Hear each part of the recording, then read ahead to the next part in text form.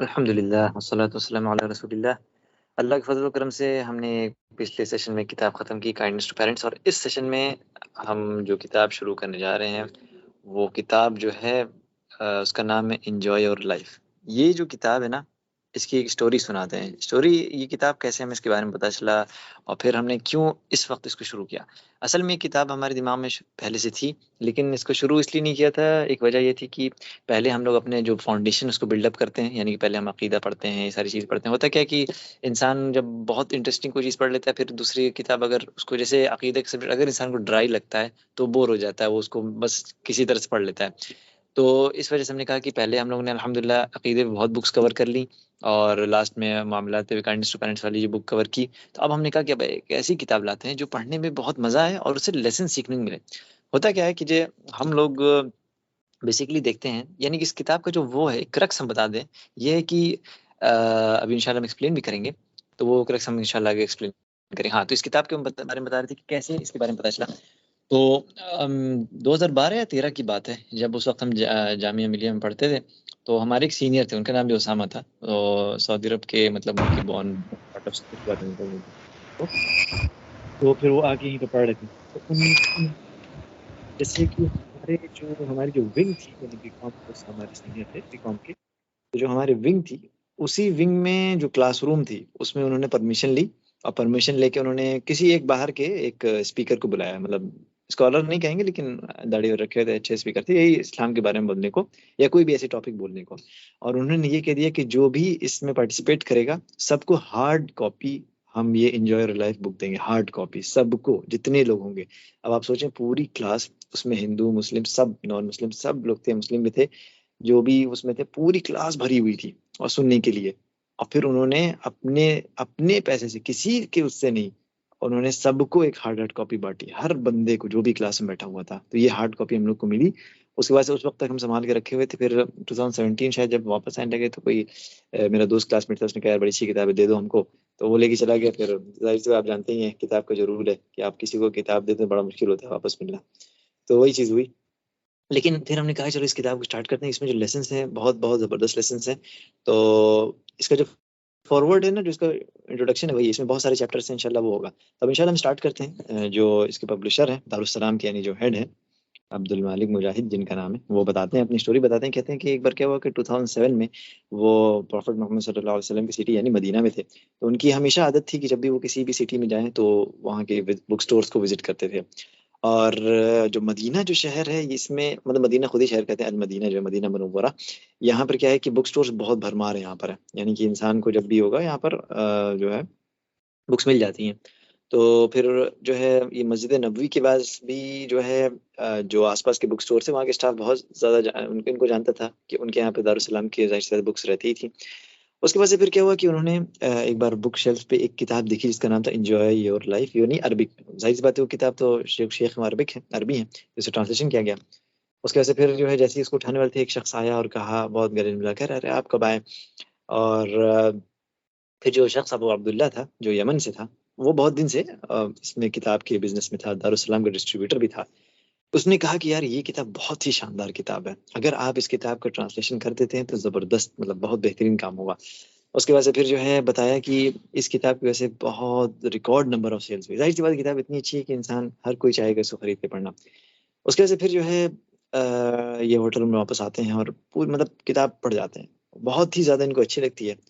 उसके बाद से फिर इनको ये समझ में आता है कि जो जो मुस्लिम नेशन की जो प्रॉब्लम्स हैं, वो अल्लाह के नबी सल्लल्लाहु अलैहि वसल्लम की जो लाइफ में मौजूद है।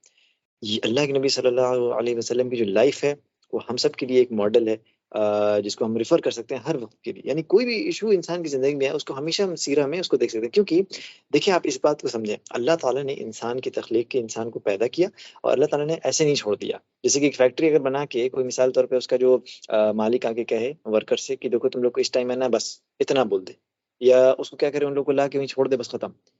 तो फैक्ट्री क्या क्या हाल होगी फैक्ट्री, अगर किसी को, सबको एक एक आदमी को बताया नहीं जाए यार ये मशीन में तुम्हें काम करना है, ये ऐसे काम करना है, इधर लाना, ये रिपोर्टिंग करनी, तुम रिपोर्टिंग इसको करोगे करोगे।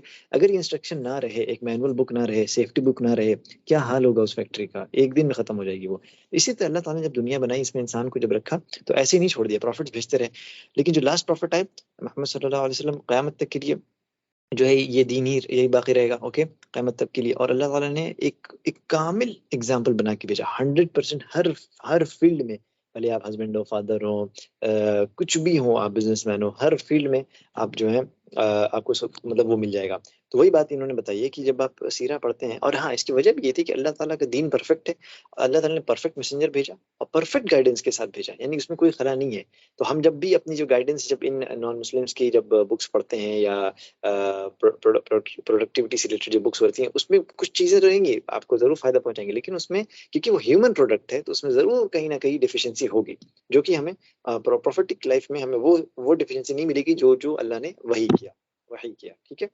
इसी तरह लिखा हुआ है कि जो भी लाइफ की जो प्रॉब्लम, सोशल प्रॉब्लम्स है, वो ये बुक एक प्रोफेटिक उसी सीरा के उसमें वो करती है, यानी कि जो इस बुक में ऑथर ने बहुत सारी जो है स्टोरीज डाली हैं सीरा से, इस्लामिक हिस्ट्री से, और अपने ओन एक्सपीरियंसेस किए हुए हैं। क्योंकि होता है ना कि जब भी इंसान जब कोई स्टोरी पढ़ता है तो उसको बहुत मजा आता है पढ़ने में, और उससे बहुत रिलेट कर सकता है और जल्दी से सीख सकता है। इसीलिए अल्लाह ताला ने कुरान में भी बहुत स्टोरीज बताई हैं, स्टोरीज के जरिए हम लोग को बताया है कि पिछले कौमों को ये हुआ वो हुआ, ताकि इंसान जो है उसको और समझे। इसके बाद से बहुत सारी जो हैं इसमें टिप्स हैं, जिसकी वज़ह से इंसान की जो भी गम और हम जिस दुनिया के हैं वो इंशाअल्लाह दूर हो सकें।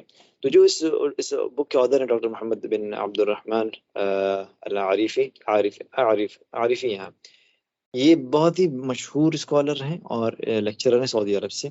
इनकी ऑडियंसेस हैं, हमने खुद इनका लेक्चर सुना हुआ है। अरबिक में ज़बरदस्त भीड़ रहती है, जैसे कि इसमें आगे आएगा।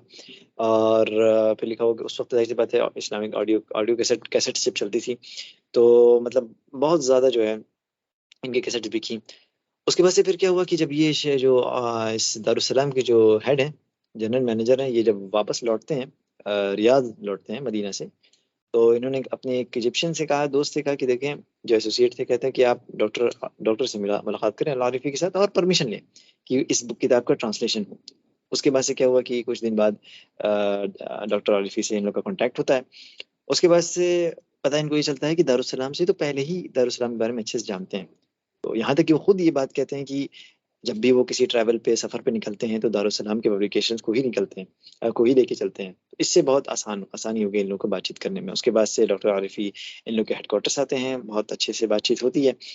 उसके बाद से भी इनको पता चलता है, डॉक्टर आरिफ़ी खुद आप देखें कभी सर्च करके, बहुत माशाल्लाह हैंडसम इंसान है, बहुत बहुत अच्छे हैं, यानी कि जैसे कि इनके लेक्चर्स होते हैं, बहुत अच्छी हम्बल पर्सनैलिटी, जैसा कि इन्होंने बताया। उसके बाद से फिर एक और चीज़ उन्होंने बताई कि जब इस्लामिक वर्ल्ड में यही होता है कि जो जितना इंसान फेमस हो जाता है, वेल रिस्पेक्टेड हो जाता है, उतना ही वो मतलब एकदम मॉडेस्ट हो जाता है, एक अच्छा ही अपना जो उसने उसका हुस्नुल खुलुक जो कहें, इसका बेहतरीन इखलाक हो जाता है। तो डॉक्टर आरिफ़ी ने फ़ौरन जो है कॉन्ट्रैक्ट साइन किया दारुस्सलाम से, और उसके बाद से वहाँ से वो चले गए।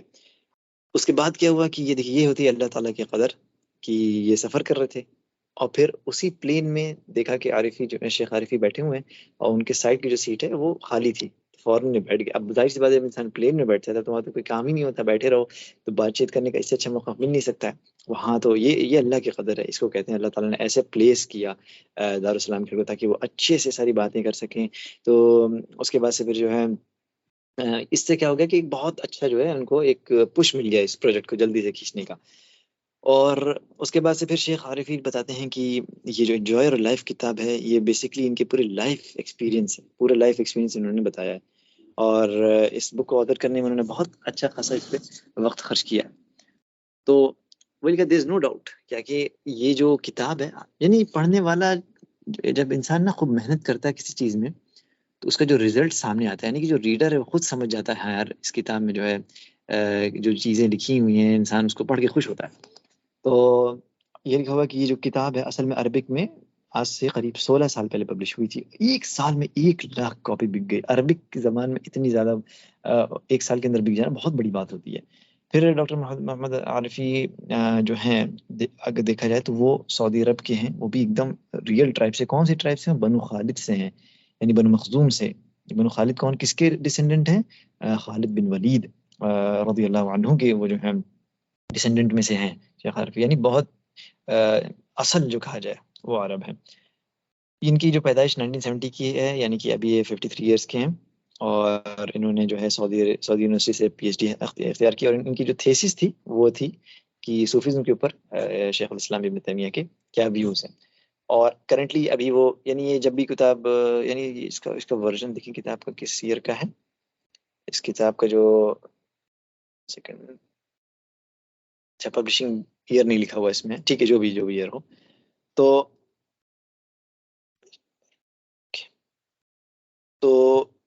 अभी करंटली जो है ये बहुत सारे उसमें दावा ऑर्गेनाइजेशंस के ये एक मेंबर हैं, और फिर बहुत सारे उसके एडवाइजरी भी हैं। मतलब बहुत ऐसे कहा ना, जैसे सुपर बिजी पर्सन जो कहा जाए। यूनिवर्सिटी में प्रोफेसर भी हैं किंग्स साउथ यूनिवर्सिटी में, और उसके बाद से ये जो मैं खुतबा 20 साल से दे रहे हैं सऊदी अरब में। अभी ये बताया कि करंटली, मतलब उस वक्त जब किताब ये लिखी गई कि ये अलबावर्दी मास्क वहाँ की है, वो रियाद में, वहाँ पर ये अपना खुतबा देते हैं, और हर जुमा को बहुत बहुत जो है लोग अटेंड करते हैं, और फिर जो है आपको कहीं भी पार्किंग स्पेस तक नहीं मिलती है। फिर उन्होंने बताया कि मुझे भी मौका मिला, मैं बहुत जल्दी पहुंच गया, लेकिन पार्किंग बहुत दूर करनी पड़ी, और उसके बाद से ग्राउंड फ्लोर तो पूरा भर चुका था, फर्स्ट फ्लोर पे किसी तरह जगह मिली। फिर वही है कि डॉक्टर मोहम्मद अल आरफी बहुत ही अमेजिंग ऑरेटर है। सबसे बड़ी बात क्या है, हम जो भी किसी फेमस होना या फेमस ऑरेटर होना, ये सब चीज चलो बहुत लोग में होती है, लेकिन असल पता चलती है इंसान का टीचर कौन है। तो पता चलता है शेख के जो टीचर हैं वो हैं शेख अब्दुल अजीज बिन बाज। 1-2 साल के लिए नहीं, 15 to 16 ईयर्स इनसे इन्होंने तफसीर और फिक्र सीखी। यानी कि कोई ऐसे ऐसे नहीं कि बस फेमस हो गए, जैसे कि आज के पॉपुलर जमाने के जो वो हो गए स्पीकर्स हैं, वैसे नहीं। उन्होंने और फिर 8 साल के लिए, 8 साल तक उन्होंने डॉक्टर अब्दुल्ला अल जबरीन से तौहीद सीखी। 8 साल, अंदाजा लगाया इंसान। इसके बाद से इनके और टीचर्स के नाम मेंशन है। फिर यानी कि अपने डेज जब वो मदीना में थे, मदीना यूनिवर्सिटी में शायद रहे होंगे, तो वहाँ पर इन स्कॉलर से उन्होंने सीखा, और उसके उन्होंने कुरान मेमोराइज की, उनका रिसाइटेशन बहुत अच्छा है, ठीक है। उसके बाद से इनकी जो अब तसनीफात पे आते हैं, यानी कि एक ऑथर है, उनकी क्या क्या उन्होंने ऑथरशिप किया है, तो ये देखते हैं हमें कि इनके जो किताब है वो कम से कम 20 वर्क, यानी जब ये बुक पब्लिश हुई, जब लिखा हुआ है 20 वर्क इनके हुए हैं अब तक पब्लिश्ड, और उसमें उनके करीब करीब मिलियन कॉपीज बिक चुकी हैं। मिलियन कॉपीज बहुत बड़ी चीज़ होती है। फिर लिखा हुआ है कि उनकी जो किताबें होती हैं बहुत अच्छी कलर में पब्लिश होती हैं, यानी बहुत सो होता है। फिर यहाँ पर कुछ जो है मेंशन किया हुआ उनके वर्क के बारे में, जैसे एक है तौहीद की इरकम इरकम माना, 4 लाख कॉपी इसकी पब्लिश हो गई। दावा टू अल्लाह के ऊपर 1.5 लाख कॉपी, यानी सारे आप देख सकते हैं, पढ़ सकते हैं कि कितना ज्यादा जो है इनके अल्हम्दुलिल्लाह लोगों ने जो है इनकी वो हुई है। यहाँ पर देखते हैं कि अज़कार है, यानी कि जो जैसे कि हसन मुस्लिम है ना, इसी तरह अज़कार मुस्लिम अल-यौम में इनकी खुद की किताब है, जो 20 मिलियन कॉपीज जिसको पब्लिश किया गया चुका है 3 साल में। 20 मिलियन, अंदाजा लगा है सर, यानी बांटने के लिए, ये करने के लिए, वो करने के लिए। तो फिर यहाँ पर लिखा हुआ कि दारुस्सलाम जो है होप करता है, और फिर यहाँ पर जो है सब इनके ट्रांसलेशन वगैरह का नाम भी लिखा हुआ है कि किसने किसने, सलीम बेग और नासिम चौधरी, जिन्होंने इसको इंग्लिश में ट्रांसलेट किया हुआ है। तो यहाँ तक पूरी अब्दुल मालिक मुजाहिद जो है, इन्होंने हाँ 2008 में लिखा हुआ है। तो हम 15 साल पुरानी बात कर रहे हैं, आज तक पता नहीं कितना आगे, कितना उनके नए नए एडिशन आगे होंगे, क्या क्या हो गया होगा। तो ये सारी चीज़ें लिखी हुई हैं इंशाल्लाह। इंट्रोडक्शन बहुत ही मज़ेदार है, लोग हुक्ड अप हो गए होंगे। अगर आपको यहाँ तक अच्छा लगा वीडियो तो ज़रूर लाइक करें, ताकि आपके लाइक से वीडियो जो है ज़्यादा लोगों तक पहुँचे। ठीक है, हमारा मकसद ये नहीं कि हम इसे कमाएं, हम बिल्कुल एक पैसा नहीं लेते हैं यूट्यूब से, कोई मोनेटाइजेशन कुछ नहीं है। बस आपका लाइक सिर्फ और सिर्फ सवाब की नीयत से है, सवाब की नीयत से, ताकि लोगों तक वीडियो पहुंचे इंशाल्लाह। ठीक है, अब यहाँ से काशिफ का पेज नंबर 17 से 21 तक होता है। ठीक है काशिफ, कंटिन्यू। हम अपनी अपनी स्क्रीन शेयरिंग हम ऑफ करते हैं। जज़ाकल्लाह खैर। 2 मिनट दो, पता नहीं क्यों मेरा सिस्टम ना थोड़ा थोड़ा हैंग हो रहा है, पता नहीं क्या दिक्कत है। तो हनी से कह दो, शेयर कर देगा।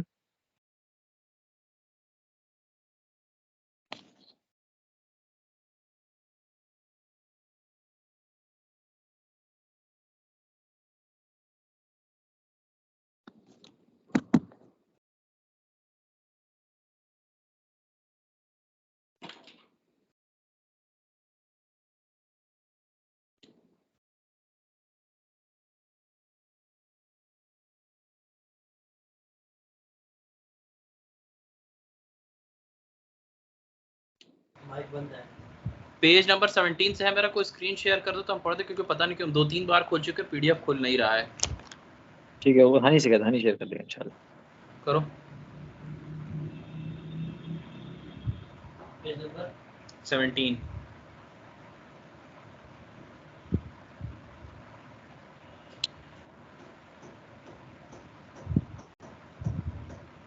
पहले स्टार्ट करने से पहले काशिफ अपना एक्सपीरियंस बताना बुक के बारे में, कैसी लगी, पूरा सब एक्सप्लेन करके फिर स्टार्ट करना। ओके, सब लोग ऐसे ही करेगा। स्क्रीन दिखाई दे रही है? हाँ दिख रही है। हाँ प्रोसेस स्क्रीन कर दिख दो रही है। बस पूरा कर दो, full बस कर दो। बस बस बस बस बस बस बे इतना नहीं भाई, बस बस बस ठीक ठीक। और भी कर, थोड़ा और कर। और साइड से ये स्क्वायर ब्लॉक जो बनाया ना उसका बस ख्याल रखना, ठीक है यार। ये किताब ना मतलब हम जब फर्स्ट डे जब इसको पढ़ा तो यूजुअली हम लोग जो है ना बड़ा क्या कहते हैं, साइड में हनी फिर ब्लग, हाँ हो गया सही। हम लोग यूजुअली जो किताब पढ़ते हैं ना बड़ा मतलब क्या कहते हैं अरबिक हैवी ओरिएंटेड रहता है, नहीं जैसे सूर्य की मीनिंग, हदीस और ये सब चीज़ बड़ा टू द पॉइंट रहती है। इस तरीके से किसी के पर्सनल एक्सपीरियंस के हिसाब से कोई उसको नरेट कर रहा है कहानी की तरह, पहली किताब हम लोग पढ़ रहे हैं ऐसा हमें लगा, ठीक है। तो हमें पसंद तो बहुत आई ये किताब, क्योंकि जब हम फर्स्ट डे ही जब इसको पढ़ रहे थे ना तो हम लगभग 27 पेज के करीब इसको पढ़ ही लिए थे फर्स्ट डे, ठीक है। तो किताब नो डाउट बहुत ज़्यादा बेहतरीन है। चलो तो इंशाल्लाह हम स्टार्ट करते हैं अब ना। हाँ तो ये कह रहे कि as a 17 year old I came across a book called how to win friends and, हाँ बेसिकली ये डेल कार्नेगी अमेरिकन एक राइटर है, इसकी एक किताब है how to win friends and influence people. हम पढ़े तो नहीं है बट जो लोग पढ़े उनसे पता चला है कि ये किताब अच्छी है, लोगों को बताती है कि कैसे आप क्या कहते हैं दूसरों को क्या कहते हैं कि इन्फ्लुएंस कर सकते हैं अपनी बातों से, अपने मेहनत से, ये सब चीज़ों से। फिर वो आगे चल के बताते हैं कि Carnegie often mention a principle and then cite various examples of this by way of incidents related to prominent figures। कहने का मतलब ये कि वो कोई एक प्रिंसिपल अपनी किताब में बताता था और फिर उस प्रिंसिपल को किसी स्टोरी से रिलेट करता था, जो स्टोरी किसी फेमस पर्सन से रहती थी जुड़ी, जैसे कि अमेरिकन प्रेसिडेंट्स हो गए, ये हो गया ना थियोडोर रूजवेल्ट हो गए, लिंकन हो गए, जोसेफ वगैरह हो गए एक्स्ट्रा, ठीक है। तो फिर अपनी बात बता रहे कि I contemplated realize the author's only goal was to attain a worldly happiness. What if he were to have known Islam and etiquettes it teaches, he would surely have achieved eternal and impersonal happiness. Or what if he were to have turned his wonderful entrepreneurial skill to a worship which we could have drawn closer to Allah। Basically कह रहे हैं कि जो चीज़ें ये जो क्या कहते हैं कि डेल ने अपनी किताब में लिखी है ना, तो वो सिर्फ ऑब्वियसली भाई दीन इस्लाम से दूर थे तो वर्ल्डली प्लेजर के लिए लिखी, हम इनको इम्प्रेस करने वाला, प्रमोशन हमें मिल जाए, इनसे मेरी दोस्ती हो जाए, मैं इतना पैसा कमा ले का। अगर इस बंदे के पास दीन का नॉलेज होता तो अपने इस स्किल की मदद से अल्लाह ताला के बहुत करीब जा सकता था और उसको उसका बहुत फायदा होता, ठीक है।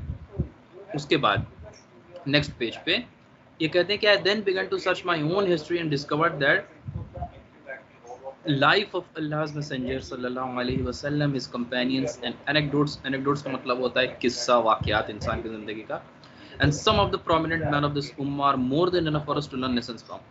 तो जो राइटर है इस किताब की कहना चाह रहे हैं कि अगर हम रसूलुल्लाह सल्लल्लाहु अलैहि वसल्लम की ज़िंदगी को देखें, उनके सहाबा को देखें और हमारी उम्मत के कुछ ख़ास प्रोमिनेंट फिगर्स को अगर देखें और उनकी ज़िंदगी के किस्से को देखें तो हमारे लिए इतना काफ़ी रहेगा कि हम इससे कुछ सीख सके और अपनी लाइफ जो सुकून से अच्छे से बिता सकते हैं।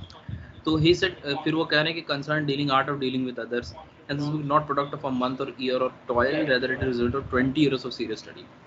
20 साल की कड़ी जो रिसर्च और मेहनत के बाद जाकर के ये किताब लिखा गया है, ठीक है। तो ये मतलब बहुत ज़्यादा मेहनत किया है किसी ने। एक सेकंड ना, मेरे को कॉल आ रहा है किसी का, होल्ड करो।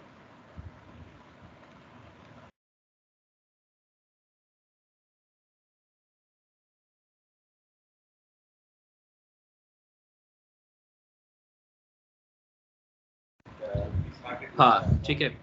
Although Allah has blessed me with the ability to have produced 20 books so far, some of which have been printed in their millions, I nevertheless believe that the most beloved, precious and beneficial of them of this book, which I wrote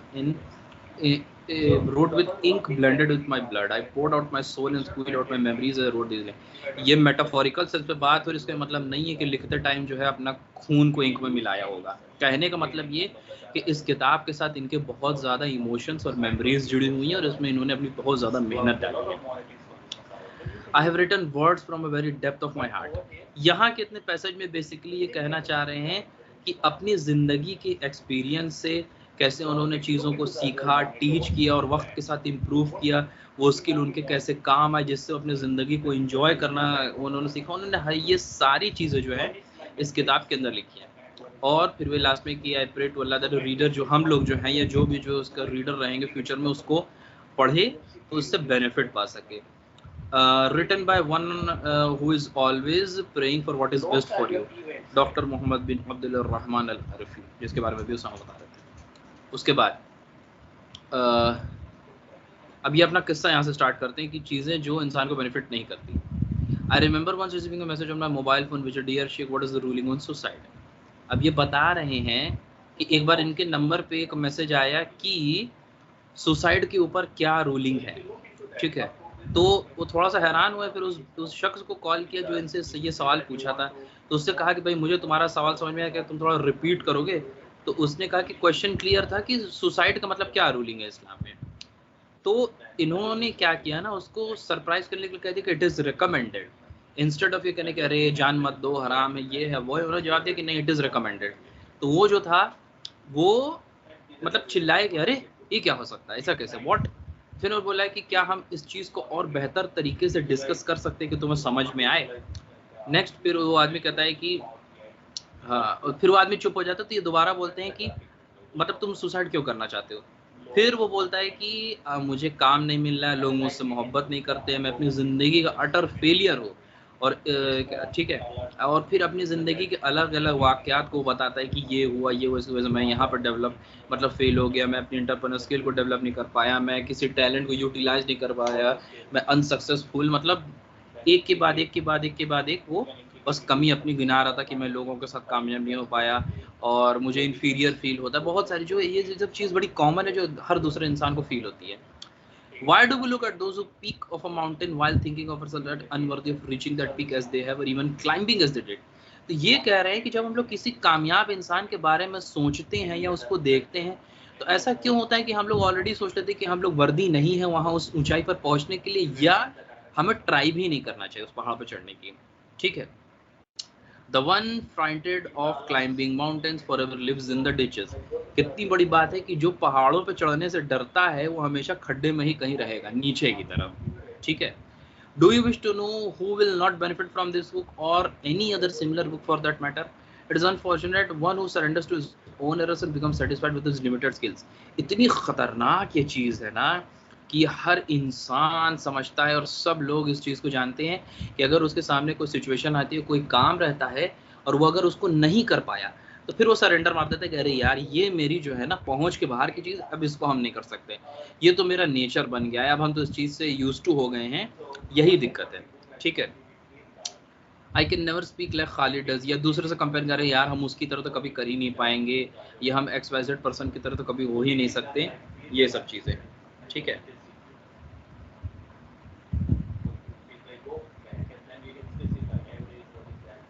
हाँ, उसके बाद अलग अलग लोगों का यहाँ पे example दिया है भी कि कॉन्टिनेंट्स लाइक अहमद और यूनिवर्सिटी लव्ड बाय द ज़ियादीज़, मतलब कि कोई इंसान, सबकी ज़िंदगी में कोई ना कोई ऐसा इंसान होता है जो बहुत कामयाब होता है, जिसके पास बहुत पैसा होता है, या क्या कहते हैं जिसके पास बहुत अच्छा घर होता है, जिसके अम्मा पापा उसको बहुत मानते हैं, उसको उसके सिबलिंग से बहुत अच्छी बनती है। और एट द सेम टाइम कोई ऐसा भी होता है जिसके पास जॉब नहीं है, कहीं जाता है तो लोग उससे चिढ़ जाते हैं, ये सब तरीके की चीज़ें होती हैं, ठीक है।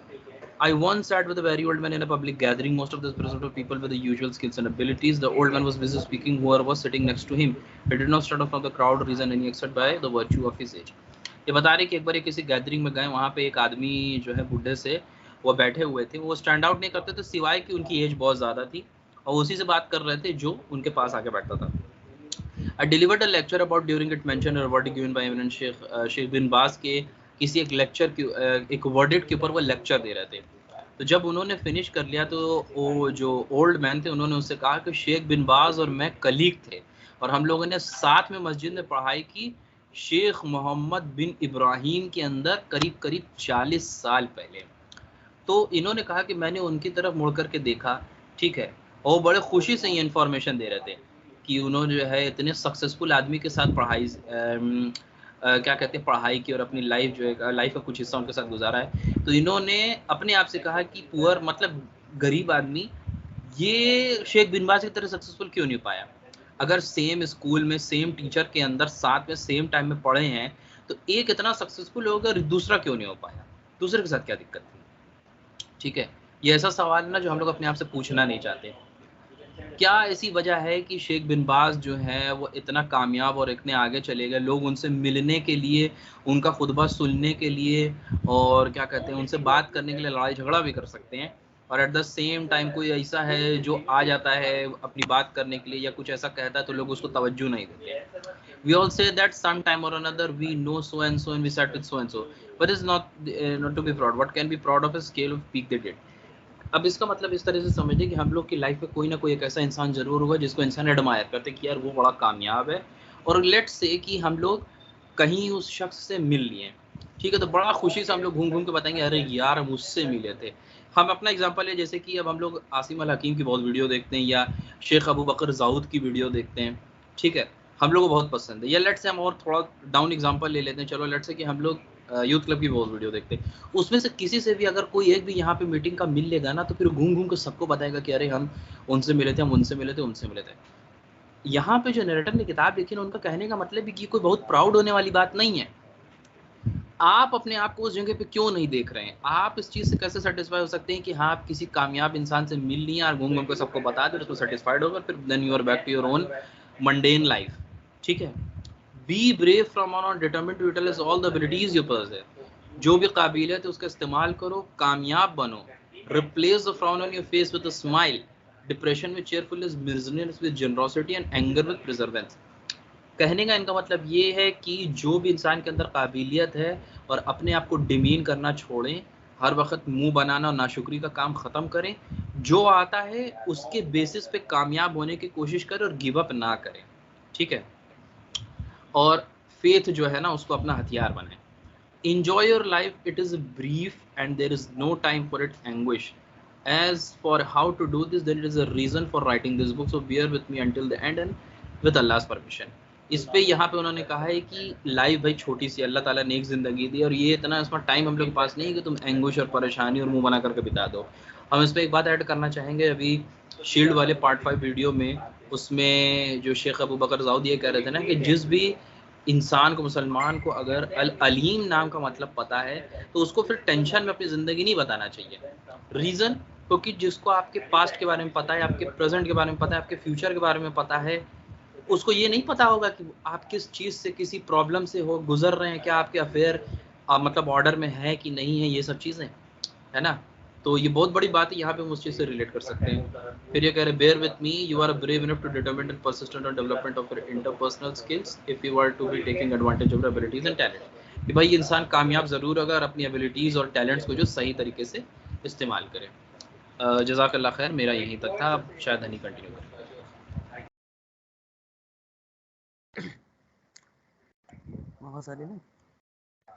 अस्सलाम वालेकुम। तो अब यहाँ से आगे हैं, तो यहाँ पे राइटर बता रहे हैं कि हम इस किताब में क्या सीखेंगे।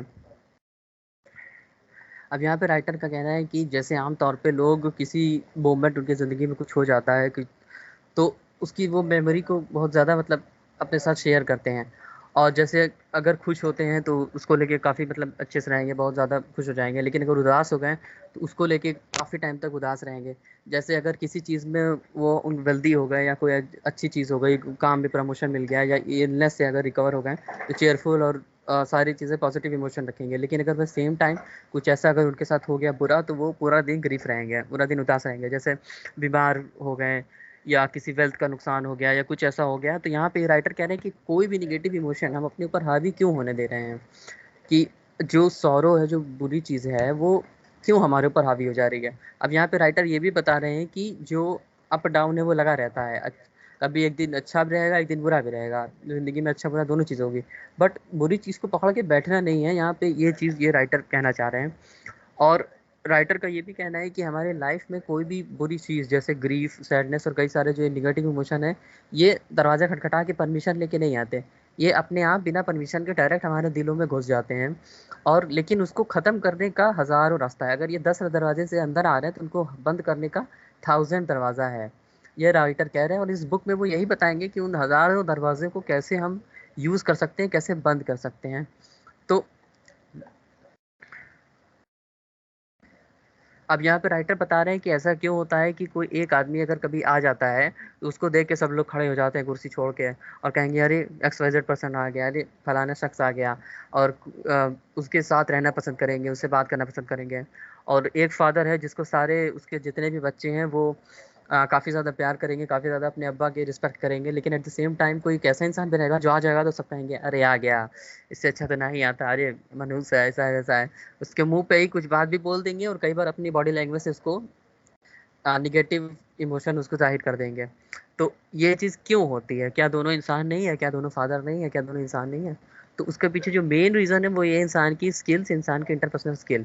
और यहाँ पे राइटर ये बता रहे हैं कि इस किताब में आप ये सीखेंगे कि आप कैसे लोगों को उन टेक्निक का इस्तेमाल करके कैसे लोगों को अट्रैक्ट कर सकते हैं, कैसे इन्फ्लुएंस कर सकते हैं, कैसे परसुएट कर सकते हैं, और जो बुरा मैटर है, जैसे वो जो नेगेटिव फीलिंग है, उससे अपने आप को कैसे मतलब डील कर सकते हैं। जैसे कि अगर कुछ बुरा हो गया तो उसकी वजह से जो उदासी है मेरे चेहरे पे, वो कैसे हम उसको कॉन्कर करें, कैसे उसको ख़त्म करें, ये चीज़ वो बताएंगे। अब यहाँ पे राइटर छोटा सा कोट यहाँ पे लिखी हुई है कि सक्सेस वो नहीं है जो आप डिस्कवर करते हैं कि दूसरों को क्या पसंद है, ये वो है जो आप स्किल प्रैक्टिस करते हैं और उससे जो आप खुश होते हैं और उस लव से सामने वाला खुश हो जाता है। मतलब सिंपल वर्ड में, जैसे कि अगर कोई बच्चा है वो उन खिलौनों से खेलना पसंद कर रहा है जो उसके दोस्तों को पसंद है, लेकिन अगर वो उन खिलौनों से खेलेगा जो उसको पसंद है, जो उसके लिए है, तो जो दोस्त हैं वो भी ऑटोमेटिकली उससे खुश हो जाएंगे। अब यहाँ पे नेक्स्ट यहाँ पे दिया हुआ है कि एक जो राइटर है वो एक टाउन में गए वहाँ पे लेक्चर देने के लिए, तो उनको एक टीचर मिला। टीचर ने कहा कि मैं चाहता हूँ कि आप हमारे कुछ स्टूडेंट्स हैं उनको आप फंडिंग करिए, उनको फाइनेंस करिए, उनको पढ़ाने में हेल्प करिए। तो जो राइटर है उन्होंने बोला स्ट्रेंज, क्या गवर्नमेंट स्कूल जो है फंडेड नहीं है? तो जो टीचर था उसने कहा कि हाँ फंडेड है। तो फिर उसने कहा कि लेकिन हमें यूनिवर्सिटी के लिए चाहिए। तो फिर राइटर ने कहा कि यूनिवर्सिटी भी तो गवर्नमेंट फंडेड होती है। तो फिर टीचर ने बोला कि अलाउ मी टू एक्सप्लेन। तो फिर राइटर ने कहा ठीक है, गो अहेड, बताओ। तो अब यहाँ पे टीचर ने बताया कि जो हमारे ग्रेजुएट बच्चे हैं जो स्कूल से पास होकर निकलते हैं वो बहुत ज़्यादा कैपेबल हैं, बहुत ज़्यादा काबिल हैं, उनका 99 से नीचे परसेंटेज नहीं आता, और वो बहुत ज़्यादा इंटेलिजेंट है। अगर उनकी दिमागदारी, उनकी इंटेलिजेंस को अगर बांटा जाए उम्मत में, पूरी उम्मत जो है उसके लिए इनफ रहेगी, सफिशिएंट रहेगी। लेकिन जब वो ट्रैवल करना चाहते हैं अपने लैंड के आउटसाइड, जैसे कि किसी जगह पे जहाँ पे वो रह रहे हैं वहाँ से दूसरी जगह जाना चाहते हैं, medical engineering, Islamic law, computer science, कुछ भी पढ़ने के लिए, तो उनके जो फादर हैं वो मना कर देते हैं कि यार क्या करोगे जाके, उससे अच्छा तो तुम वो बन जाओ, चरवाहे बन जाओ, शिपहेड बन जाओ। इसी चीज़ को सुन के जो राइटर है वो बहुत ज़्यादा स्क्रीम करके इम्पल्सिवली गुस्सा के बोलते हैं कि चरवाहे बन जाओ। तो राइटर जो टीचर है वो बोलता है कि हाँ चरवाहे बन जाओ। फिर जो बच्चे हैं वो अपने फादर के साथ रहते हैं और उसके रहने के साथ साथ जो उनकी एबिलिटी होती है, जो उनकी कैपेबिलिटी होती है वो यूज़ नहीं हो पाती। इसी तरह साल बीतता जाता है, उनकी शादी हो जाती है, उनके बेटे बच्चे हो जाते हैं, लेकिन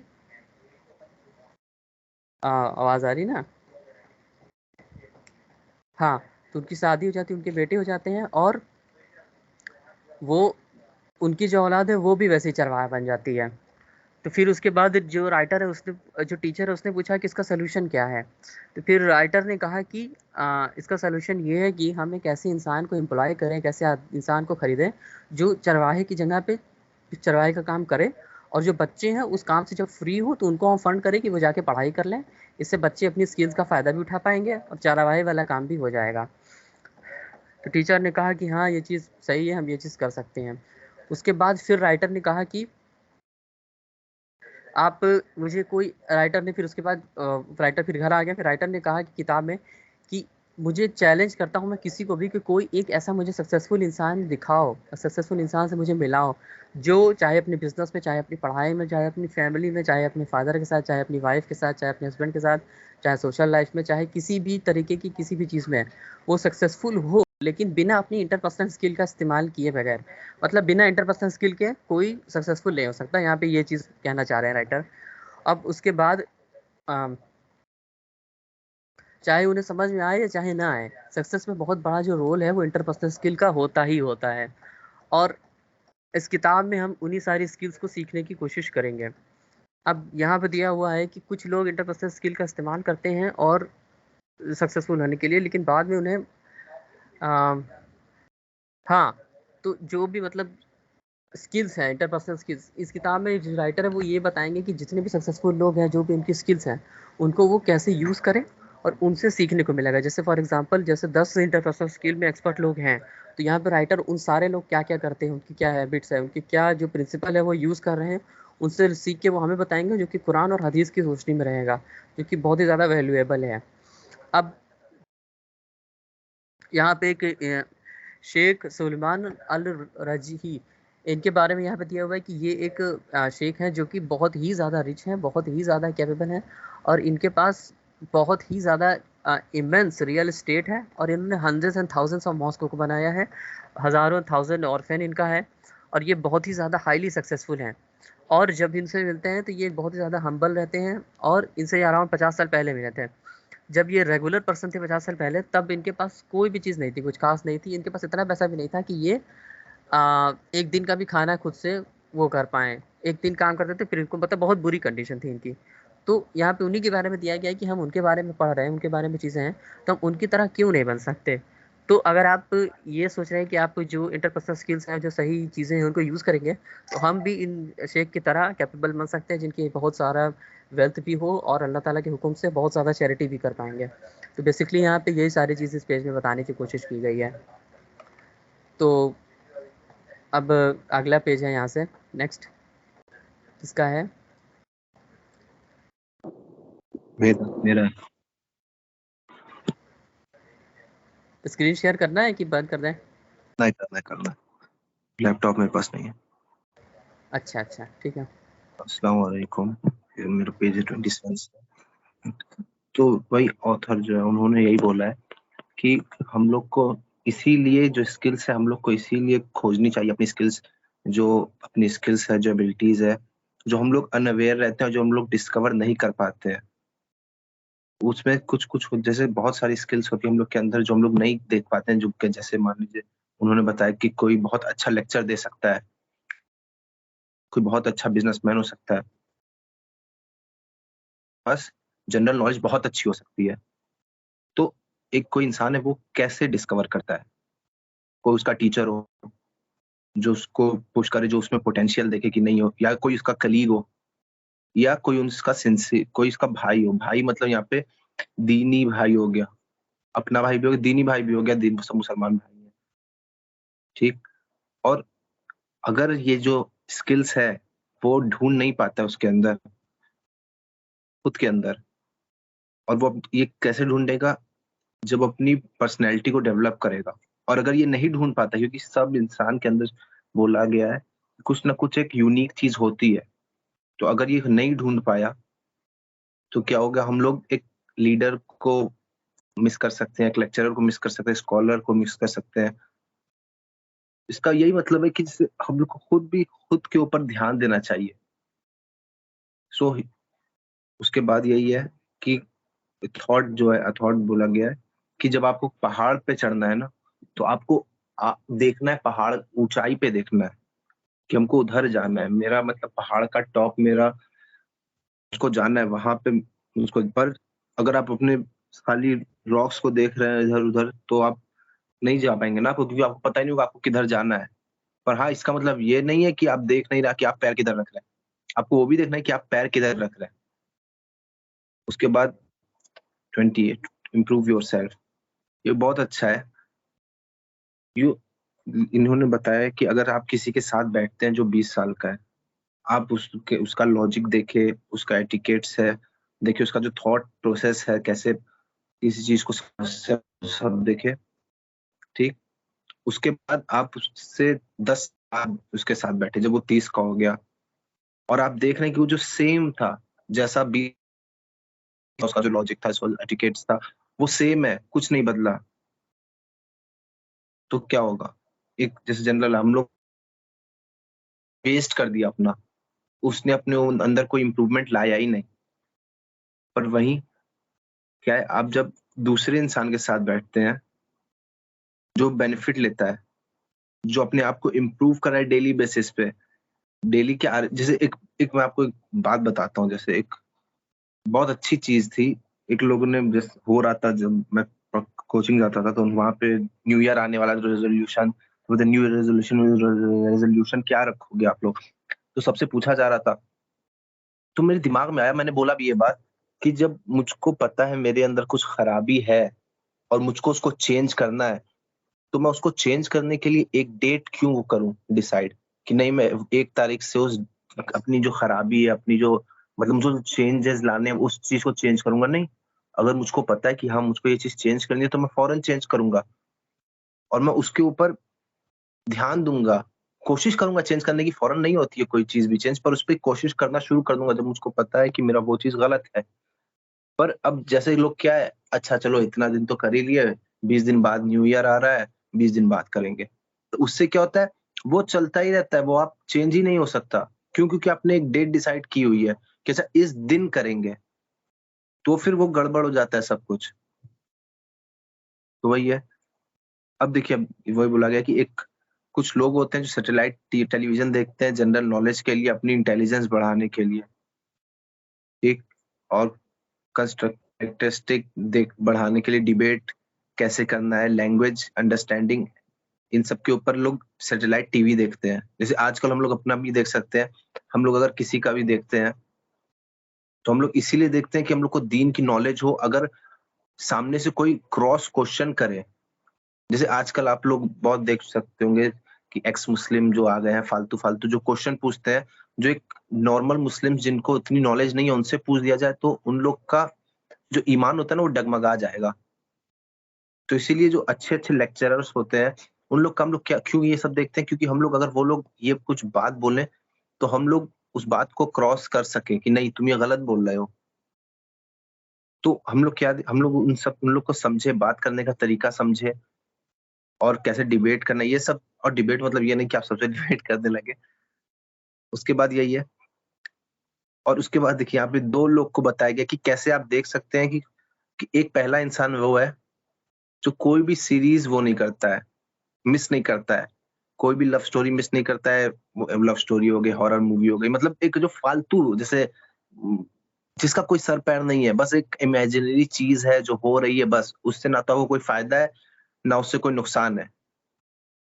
और वही कोई दूसरा इंसान है जो देख रहा है नॉलेज के लिए चीज। जैसे मैं एक लोग को जानता हूँ जो डॉक्यूमेंट्रीज देखते हैं, मैं भी पहले देखता था मूवी, अब तो सब पहले भी उतनी बहुत ज्यादा नहीं देखता था, बहुत कम ही देखता था। अब मैंने उस मूवीज को अगर हो गया तो डॉक्यूमेंट्रीज से वो कर दिया, चेंज कर दिया। तो डॉक्यूमेंट्रीज देखने का भी बहुत ज्यादा फायदा होता है। तो आपकी जब क्या अब उनसे उन लोगों से 5 साल बाद या 10 साल बाद मिलेंगे ना, तो आप दोनों में बहुत ज्यादा चेंजेस देखेंगे। क्यों? अब जैसे एक इंसान कोई बिना सर पैर की चीज देख रहा है, जैसे लव स्टोरी देख रहा है, ड्रामा देख रहा है, या एवेंजर्स देख रहा है, सुपर हीरो की मूवी देख रहा है, उसमें क्या उसको समझ आ रहा है, उससे क्या सीखने को मिल रहा है? कुछ नहीं, कुछ भी उसको सीखने को नहीं मिल रहा है। और वहीं कोई एक दूसरा इंसान है जो दीनी चीज देख रहा है, मान लीजिए इस्लाम के ऊपर इस्लामिक वीडियोस देख रहा है या जनरल नॉलेज ही देख रहा है, मतलब कोई ऐसी चीज देख रहा है जिससे उसका नॉलेज बढ़े। जैसे मान लीजिए कोई डॉक्यूमेंट्री देख रहा है, मान लीजिए कोई साइको किलर के ऊपर ही कोई डॉक्यूमेंट्री देख लिया, ठीक, तो उससे क्या होगा, लोग वो सब देख के पता चलता है कि लोग कैसे होते हैं, किन किन चीजों की वजह से लोग ट्रिगर होते हैं, कि अच्छा ये ऐसा था, ये सही था, किस चीज की वजह से ट्रिगर हुआ। तो उससे भी हम लोग को ये चीज पता चलती है कि नहीं उस जगह पे हम लोग को नहीं जाना है। तो उसके बाद जैसे शेख ने बताया कि एक आदमी था जिसने बोला कि अल्लाह से strive my servant and I strive with you. तो उन्होंने बोला कि ऐसा कोई वर्स है ही नहीं कुरान में। तो फिर वो चुप हो गया। तो वही बोला है कि ये जो चीज उसने बोली थी इजिप्शियन आइडियम में, और जो वो सीरियल ड्रामा देख देख के ना, ये क्या होगा, आप लोग को कोई ढंग की चीज तो याद नहीं रहेगी। तो क्या रहेगा, जो हीरो बोला है, अच्छा ये बोला था, वो बोला था, तो यही सब याद रहेगा। जब आप जो चीज देखते हैं वही चीज आपके दिमाग में रहेगी बिना सर पैर की। और वही आप कोई चीज अच्छी चीज देखेंगे, नॉलेजेबल चीज देखेंगे, कोई जैसे कोई भी चीज देख ली, जैसे नॉलेजेबल मान लीजिए अर्थ के बारे में ही देख लिया, तो हम लोग को पता रहेगा अच्छा ये ऐसे वैसे। तो हम लोग कुछ जैसे मान लीजिए कोई आ रहा है कि जो सॉफ्ट ड्रिंक्स होती है उसी के बारे में, तो जब हम लोगों ने उसके बारे में पढ़ा देखा, उसको कंज्यूम ज्यादा नहीं करना चाहिए। अब एक आदमी कर रहा है तो ठीक है, पर ज्यादा नहीं करना चाहिए, तो हो ही जाता है। क्योंकि उसमें बहुत ज्यादा शुगर होता है। अगर हम लोग उसके बारे में पढ़ते ही नहीं और मूवी देखते हैं, मूवी में क्या दिखाता है कि आदमी या हीरो जा रहा है, हीरो सिगरेट पी रहा है एकदम अच्छे से, एकदम सब उसको समझे वाह कितना अच्छा है, वाह वाह, सब लोग उसके आगे पीछे घूम रहा है। अब कोई वही देखे तो वो तो सिगरेट को अच्छा ही समझेगा कि हम हीरो बन जाएंगे, सिगरेट पियेंगे। तो इन सब पे नहीं, जो नॉलेजेबल चीज है उस पे जाना चाहिए।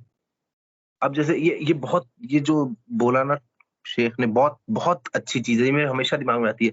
इन्होंने बोला और मैगजीन पढ़ते हैं क्यों? क्योंकि बेनिफिशियल न्यूज होती है, उसके लिए पढ़ते हैं कि मान लीजिए कुछ जनरल नॉलेज की बात हो गई कि इधर कुछ इस दिन हुआ, इधर कुछ हुआ। मान लीजिए अभी इसरो ने रॉकेट दिया, वो सब रॉकेट मून पे लैंड कर छोड़ा मून के लिए, तो वो सब मतलब ऐसे जनरल नॉलेज के लिए। और कुछ लोग ऐसे होते हैं ना जो दिन भर क्रिकेट हो गया, फुटबॉल हो गया, इन्हीं सब की न्यूज पढ़ते हैं, न्यूज देखते हैं, वीडियो देखते हैं।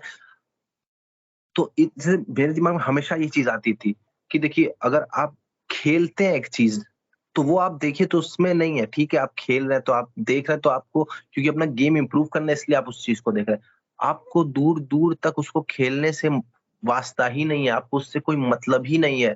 उसके बाद आप बैठ के उसको दिन रात पढ़ रहे हैं, उसके बाद आप बैठ के उसको दिन रात देख रहे हैं, तो उससे कोई मतलब ही नहीं है ना, आपका तो पूरा का पूरा टाइम वेस्ट हो रहा है। अगर आप कोई प्लेयर हो या आप कुछ हो तो उससे क्या होगा, आप उसको देख के, अच्छा जैसे मान लीजिए क्रिकेटर ही है कोई, तो वो देख रहा है अच्छा ऐसे ऐसे करना था, तो ऐसे शॉट मारना था, ऐसे स्वीप करना था, ऐसे करना था, तो उसको समझ आया कि नहीं ऐसे मैं अपना गेम इंप्रूव कर सकता हूँ। अब जो क्रिकेटर ही नहीं है, जिसको क्रिकेट खेलना ही नहीं है, अब वो बैठ के टेस्ट मैच देख रहा है 3-3 दिन का, तो कोई मतलब ही नहीं है ना, वो तो अपना टाइम वेस्ट कर रहा है। उसके बाद एक कहानी बताई शेख ने कि एक अब्दुल्ला नाम का एक लड़का था, बहुत अच्छा लड़का था, एनर्जेटिक टाइप का। तो एक दिन क्या हुआ, वो अपना घर छोड़ के दोपहर की नमाज पढ़ने के लिए मस्जिद जा रहा था। तो रास्ते में उसको एक आदमी दिखा पेड़ पे चढ़ा हुआ। वो जल्दी जल्दी जा रहा था कि इकामा मिल जाए, उसको इकामा ना छूटे। तो उसको पेड़ पे एक चढ़ा हुआ आदमी दिखा, डेट उस खजूर के पेड़ पे। अल्लाह ने सोचा कि कैसा आदमी है, इसको नमाज उमाज से कोई मतलब ही नहीं है ना, मतलब ही नहीं है क्या? उसके बाद बोला कि हो सकता है इसने अजान ही ना सुनी हो। तो अब्दुल्ला ने उसको बोला कि आओ नीचे आओ, नमाज पढ़ो। तो बोला ठीक है आ रहा। तो बोला जल्दी आओ, नीचे जल्दी आओ। तो उसको डोंकी बोल दिया। तो अगर तो आदमी गुस्सा हो गया एकदम कि तुम मुझको डोंकी बोले हो। तो वो ट्री का ब्रांच तोड़ा और लेके आया नीचे उसको हिट करने के लिए। फिर अब्दुल्ला अपना मुंह छुपा के भागा कि उसको पहचान ना पाए। उसका वो चला गया मस्जिद नमाज पढ़ने, और जो आदमी था वो गुस्से में अपने घर गया, उसके बाद नमाज पढ़ के वापस आया, वापस से अपना काम शुरू कर दिया पेड़ पे चढ़ के। फिर असर का वक्त हो गया, फिर अब्दुल्ला जा रहा था नमाज पढ़ने मस्जिद की तरफ, फिर उसने देखा उस आदमी को पेड़ पे चढ़े हुए। तो इस बार उसने क्या किया, इस बार उसने अपना जो मेथड था, जो हार्श मेथड था, जिसको उसको बोला जल्दी उतरो गधे हो क्या, उसको चेंज करके उसको सलाम किया, उससे पूछा कैसे हो तुम। तो उसने भी अच्छे से जवाब दिया, अल्हम्दुलिल्लाह, बोला मैं ठीक हूँ। उसके बाद अब्दुल्ला ने पूछा कि अच्छा मुझको ये बताओ कि इस साल के जो डेट्स हैं वो कैसे हैं। उसने बोला अच्छे हैं अल्हम्दुलिल्लाह। तो फिर अब्दुल्ला ने उसको दुआ दी कि अल्लाह ताला तुम्हारी और बरकत और दे, और जो तुम काम करो उस पे और तुमको रिवॉर्ड दे। तो उस चीज को सुन के ना वो जो आदमी था बहुत खुश हो गया। उसके बाद फिर अब्दुल्ला ने क्या बोला कि अजान हो चुकी है, हो सकता है तुमने अजान ना सुनी हो, तो आओ नीचे चलो नमाज पढ़ने, थोड़ा रिलैक्स कर लो, उसके बाद चलो नमाज पढ़ के आते हैं। उसके बाद आके फिर अपने काम पे लग जाना, और अल्लाह ताला तुमको हेल्दी रखे। तो उसने बोला कि हाँ इंशाल्लाह इंशाल्लाह। फिर वो चल अस्सलाम वालेकुम वरहमतुल्लाहि वबरकातुहू। मेरा पेज नंबर 32 से है। तो इसमें आता है do not cry over spilled milk. तो इसमें बताता है कि एक इंटेलिजेंट जो पर्सन होता है वो अपना मतलब अपने क्लॉथ को चेंज करने से आसान अपने नेचर को चेंज करना समझता है। तो फिर इसमें है कि अपने नेचर को फेंके हुए दूध की तरह ना समझो कि जिसको दोबारा उठाया ना जा सके। Rather we are always in control of it, हम वो हमेशा हम लोग कंट्रोल में रहता है इन सर्टन वेज। फिर आता है कि इब्न हज़म मेंशन इन हिज वर्क, इसमें एक स्टोरी बताई है कि एक स्पेनिश बिजनेसमैन था, उसका एक कंपटीशन चलता था 4 अदर बिजनेसमैन से। तो एक दिन क्या हुआ कि वो मॉर्निंग अपने दुकान मतलब अपने वर्क प्लेस पे जा रहा था, एक वाइट शर्ट और एक पगड़ी टर्बन पहन के। तो एक जो चारों बिजनेसमैन थे उससे जलते थे, चिढ़ते थे। तो उसमें का एक बिजनेसमैन उनको रास्ते में मिला, उनको ग्रीट किया और उनसे कहा कि आप आपकी जो पगड़ी है कितनी अच्छी लग रही है, आपकी जो पगड़ी कितनी अच्छी लग रही है, how beautiful this yellow turban is. तो उन्होंने कहा कि क्या तुम अंधे हो, तुमको दिख नहीं रही, वाइट है। तो उसने कहा कि नहीं नहीं ये येलो है, ये अच्छी दिख रही है। तो बिजनेसमैन ने उसको छोड़ के अपना आगे निकल गया। फिर दूसरा बिजनेसमैन फिर उससे मिला तो कह रहा है, फिर उसने भी ग्रीट किया। तो उसने भी कहा कि आप हैंडसम लग रहे हैं, आप ग्रीन जो पगड़ी पहने वो अच्छी लग रही है। तो फिर इस बिजनेसमैन ने कहा कि क्या तुमको दिख नहीं रहा कि वाइट पगड़ी है। तो उसने नहीं कहा रहे थे कि नहीं ये ग्रीन है। फिर उसने कहा नहीं ये वाइट है। फिर उसने गुस्सा के कहा गो अवे फ्रॉम मी, मेरे से दूर चले जाओ। फिर बिजनेसमैन आगे बढ़ा तो फिर एक उसमें से एक और बिजनेसमैन आया। उसने कहा, जब वो अपनी दुकान खोल रहा था तो एक और बिजनेसमैन आया तो उसने कहा उससे कि how beautiful this morning is, ये सुबह कितनी अच्छी है और आपके क्लॉथ जो आपने वियर किए वो भी अच्छे हैं और जो आपकी ये ब्लू पगड़ी है वो भी कितनी अच्छी लग रही है। तो फिर इस बिजनेसमैन ने एकदम गुस्से में आगे कहा कि अपने कि क्या तुमको दिख नहीं रहा ये वाइट पगड़ी है। तो वो जो बिजनेसमैन था वो अपनी बार बार आंख को मल के देख रहा था कि वाइट है ही ना, बार बार गौर से देख रहा था कि वाइट है वाइट है। तो फिर वो अपनी दुकान पे बैठा था, अपने आँख को उसी पगड़ी पे देखता रहा काफ़ी देर तक कि वाइट है ना। उसको भी शक होने लगा था कि वाइट नहीं है। फिर एक और जो लास्ट फोर्थ उसमें से जो लास्ट वाला बिजनेसमैन था वो भी आया। तो उसने भी सलाम किया, कहा माशाल्लाह कि आपकी जो रेड पगड़ी है वो कितनी अच्छी लग रही है। तो बिजनेसमैन ने चिल्ला कर कहा नहीं नहीं ये ब्लू है। फिर उसने चिल्ला कर कहा नहीं नहीं रेड है। फिर कहा नहीं ग्रीन है। फिर कहा नहीं वाइट है। फिर वो वैसे ही करते करते वो खूब तेज हंसने लगा, फिर खूब तेज रोने लगा, फिर कूदने फाड़ने लगा पागलों की तरह।